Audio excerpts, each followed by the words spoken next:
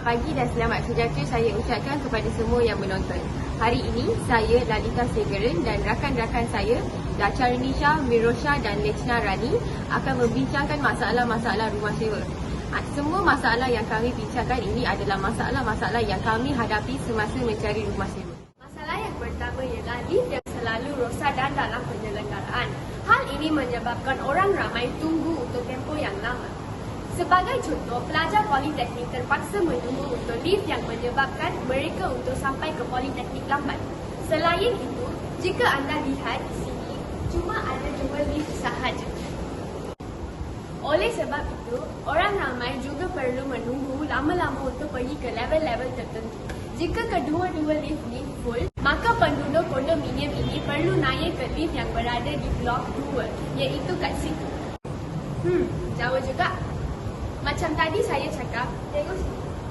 Satu lift tidak ada dalam servis. Perkara-perkara seperti ini akan memberi kesulitan kepada penduduk pondok.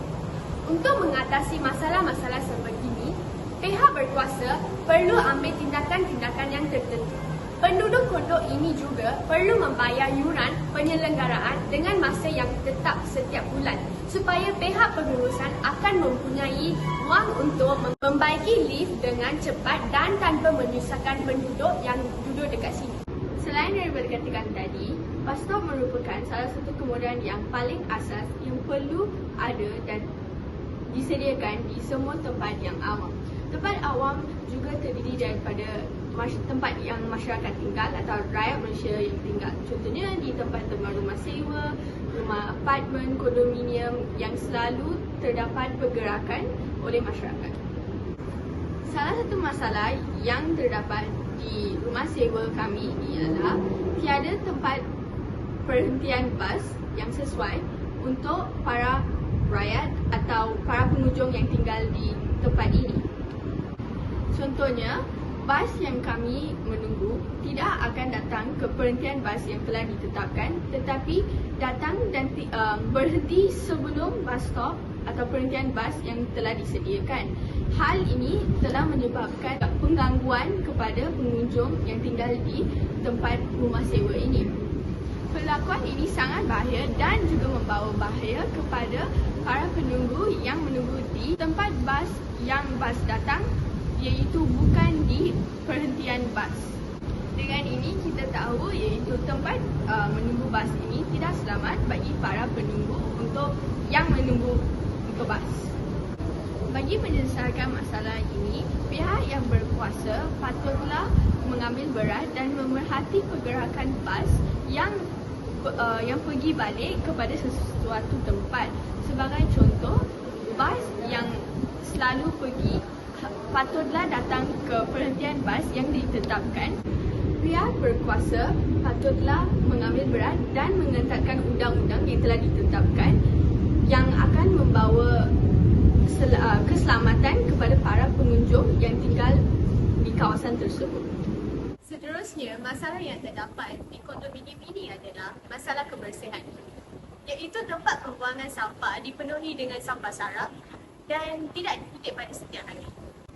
Pada masa yang sama, terdapat kemudahan awam dimusnahkan di kondominium ini dan tidak diselenggara. Contohnya, seperti pintu saluran elektrik yang saya tunjukkan ini. Yang terakhir ialah masalah mencari rumah sewa. Pada awalnya, semasa saya dan rakan-rakan saya mencari rumah sewa, kami menghadapi terlalu banyak masalah. Kerana pemilik rumah sewa hanya memerlukan rakyat yang sudah bekerja dan mempunyai pendapatan bulanan yang tetap. Kedua, mereka juga tidak mahu rumah sewa mereka didiami oleh pelajar-pelajar kerana takut kami akan merosakkan harta benda dalam rumah dan juga kami tidak akan membayar sewa bulanan tetap pada masanya. Bukan itu sahaja, permohonan kolej kami pun ditolak. Pemilik rumah pula enggan menyewakan rumah kepada pelajar. Kalau ada pun, sewa bulanan serta deposit yang diminta terlalu tinggi. Ada yang menuntut bayaran deposit sehingga RM1,800 untuk rumah yang mempunyai 3 bilik dan 2 bilik air. Walaupun lengkap berperabot, deposit yang dikenakan masih dikira terlalu mahal untuk disewakan kepada pelajar yang tidak mempunyai sumber pendapatan tetap. Kebanyakan tuan rumah sengaja meletakkan harga yang tinggi kerana tahu pelajar dalam keadaan yang terdesak. Kebanyakan rumah sewa yang murah mempunyai jarak yang agak jauh dengan kampus.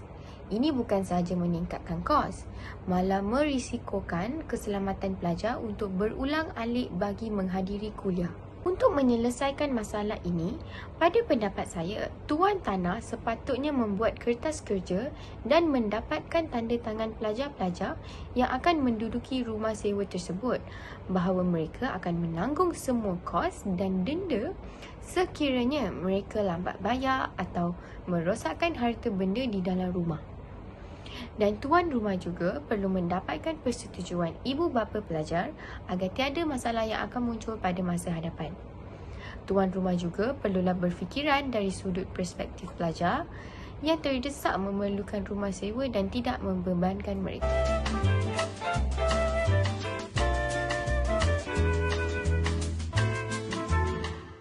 Selamat petang, terima kasih kerana sudi meluangkan masa bersama saya hari ini. Saya Lachana Rani, anak perempuan Budaya. Saya ingin bertanyakan pendapat anda sebagai seorang pelajar. Adakah anda berasa tempat ini sesuai didiami? Sebelum itu, tolong memperkenalkan diri. Selamat petang, nama saya Santia. Saya berasa tempat ini sesuai didiami oleh pelajar-pelajar tetapi terdapat beberapa kekurangan di tempat ini. Contohnya antrian bas di lokasi yang tidak sesuai, lift yang selalu rosak dan kemudahan awam tidak diselenggara dengan betul. Ya, apa yang kamu katakan itu sangat tepat. Apakah perasaan anda apabila menghadapi masalah-masalah seperti berikut? Saya berasa sangat sedih dan marah kerana kita membayar sewa yang agak mahal di sini. Jadi semua kemudahan sepatutnya berfungsi dengan elok dan tidak menyusahkan pelajar-pelajar. Apakah pendapat kamu untuk menyelesaikan masalah-masalah ini? Pada pendapat saya, pihak atasan sepatutnya mengambil inisiatif untuk membetulkan dan membuat penyelenggaran di kondo ini agar semua dapat hidup dengan senang dan belajar dengan tenang. Terima kasih atas pendapat itu tadi dan terima kasih kerana rela hati untuk menjawab soalan-soalan saya pada hari ini. Itu saja daripada saya. Thank you. Thank you. Kesimpulannya, kami berharap masalah-masalah ini akan dapat diatasi supaya pelajar-pelajar dapat belajar dengan selesa dan tidak mempunyai beban menduduki rumah sewa. Ini adalah kerana ada pelajar-pelajar yang merantau jauh dari rumah untuk menyambung pelajaran dan mendapatkan segulur ijazah, maka hajat mereka perlu dicapai. Itu sahaja daripada kami hari ini. Saya juga mewakili kumpulan saya menyusun 10 jari meminta maaf sekiranya kami terkasar bahasa atau mempunyai kesilapan dalam pembintangan ini.